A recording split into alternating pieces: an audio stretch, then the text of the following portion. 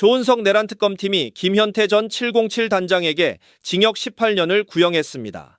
비상계엄 때 국회 봉쇄에 가담한 혐의 등으로 내란 중요 임무 종사 혐의를 적용했습니다. 특검은 폭력 조직 두목의 지시에 따라 행동대원을 이끌고 폭력을 행사하는 행동대장과 비교될 수 있다고 밝혔습니다. 또한 과거 어느 독재자도 어느 군인도 감히 실행하지 못한 대한민국 헌정사상 유례를 찾을 수 없는 행위를 했다고 질타했습니다. 김 전 단장은 국회 유리창을 깨고 내부로 난입한 뒤 의원 체포와 의사당 전기 차단 등의 역할을 했습니다. 먼저 이 사건 피고인들의 지위 설명드리겠습니다.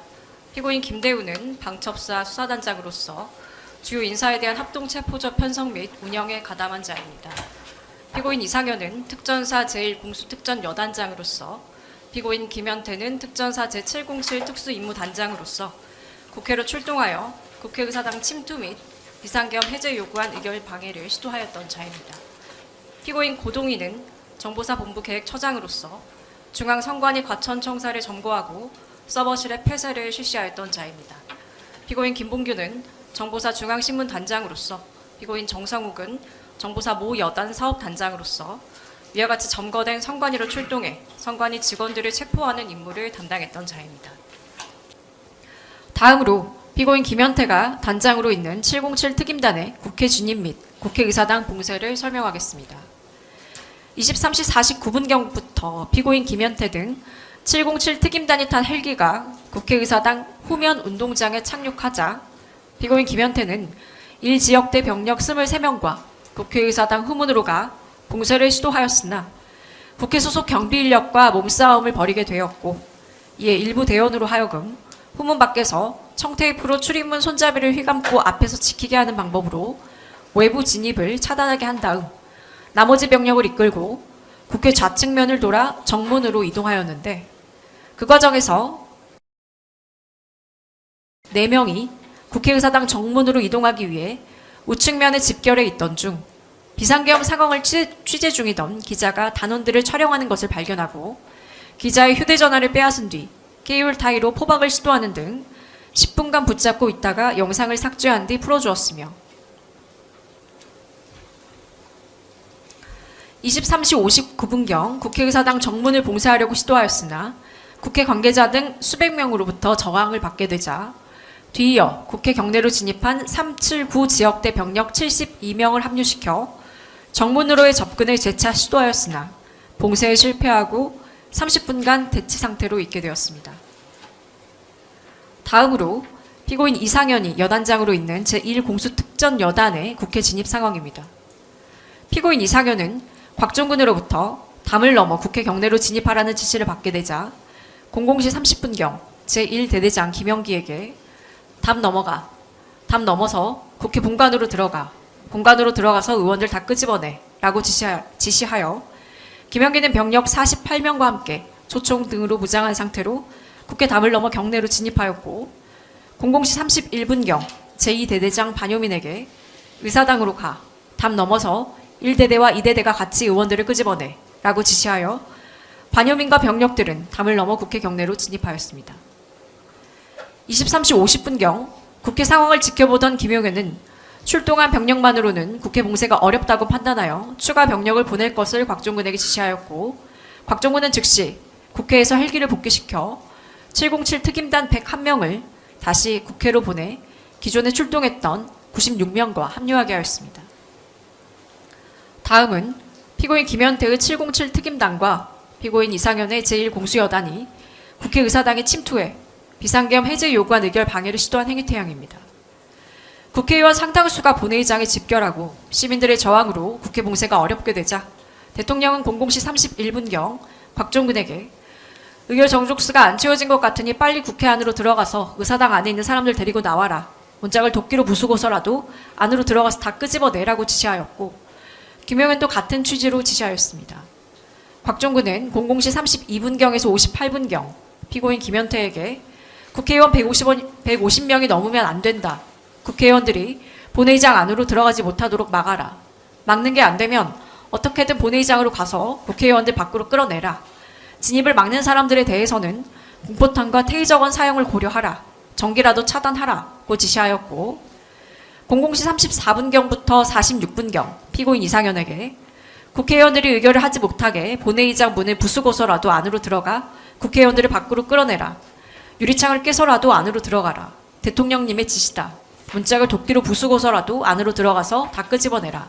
전기를 차단하라고 지시하였습니다. 이에 피고인 김현태는 병력 18명과 국회의사당 5층 면으로 이동해 미리 준비한 망치와 소총, 총구를 이용해 유리창 2개를 깨고 국회의사당 내부로 침투하였고 그 과정에서 일부 대원들이 주변에 있던 기자의 촬영용 사다리를 빼앗고 내부 진입을 막으려는 국회 직원들을 밀치는 등 몸싸움을 벌였으며 이후 3층 복도를 통해 본회의장으로 진입하려 하였으나 국회 당직자 등이 소화기를 분사하고 소파 등 집기류로 복도를 막아 진입이 어렵게 되자 우회로를 찾기 위해 4층으로 이동하였다가 우회로를 찾지 못하였고 01시 03분경 전원을 차단할 목적으로 지하 1층으로 이동하여 차단 장치를 찾아 돌아다니던 중 외부로 통하는 출입문을 발견하고 케이블 타이와 소방 호스로 시정을 시도하였으며 뒤이어 분전함에 전원 스위치를 내려 지하 1층 조명을 소등하는 등 전원을 차단하였습니다. 또한 피고인 이상현은 00시 39분경부터 01시경까지 제1대대장에게 저항하는 사람들을 뚫고 국회의사당 안으로 들어가 국회의원을 다 끄집어내라. 유리창으로이라도 깨서 건물 안으로 들어가라. 지금 국회의원들이 문을 걸어 잠그고 의결을 하려고 하니 문짝을 부수고서라도 국회의원들 다 끄집어내라. 대통령님 지시다. 전기라도 끊어라. 라고 지시하고 제2대대장에게 국회의원들이 문을 걸어 잠그고 의결하는 모양이다. 국회의사당에 들어가서 문짝을 부수고서라도 국회의원들 끄집어내라. 투표를 못하도록 이라고 지시하여 제1대대 및 제2대대 병력 38명은 잠겨있던 국회의사당 후면 유리문을 강제로 개방하고 내부로 침투한 후 본회의장으로 진입하려다가 통로를 막은 채 소화기를 분사하고 소화전 호스로 물을 뿌리며 병력의 진입을 저지하는 국회 당직자들과 몸싸움을 벌였습니다. 네, 더불어민주당 선임부대변인 박창진입니다. 김현태 전 특임단장 관련 내용 브리핑 논평하겠습니다.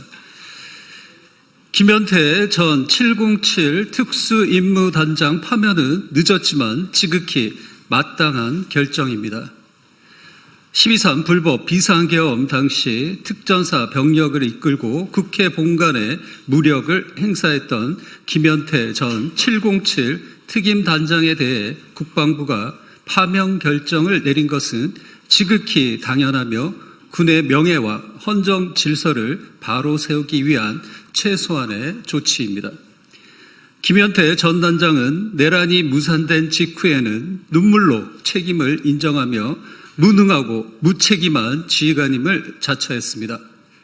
그러나 탄핵 정국이 시작되자 태세를 바꿔 계엄군이 오히려 피해자였다는 궤변으로 사실을 왜곡했습니다.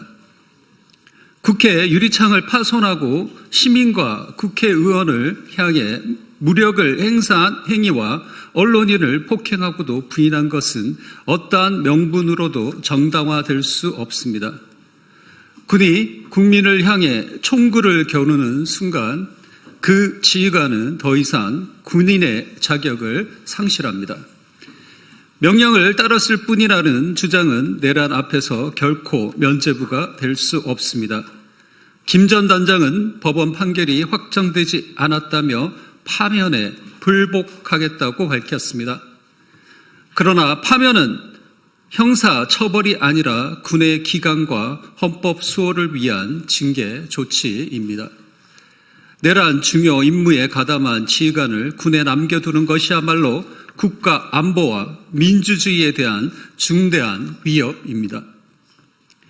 이번 파면은 끝이 아니라 시작입니다. 내란에 가담하거나 이를 방조한 모든 지휘 라인에 대해 끝까지 책임을 묻는 것이 민주공화국의 원칙입니다.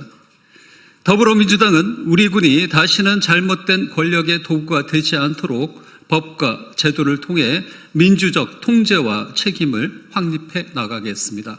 이상입니다. 감사합니다. 고생 많으셨습니다.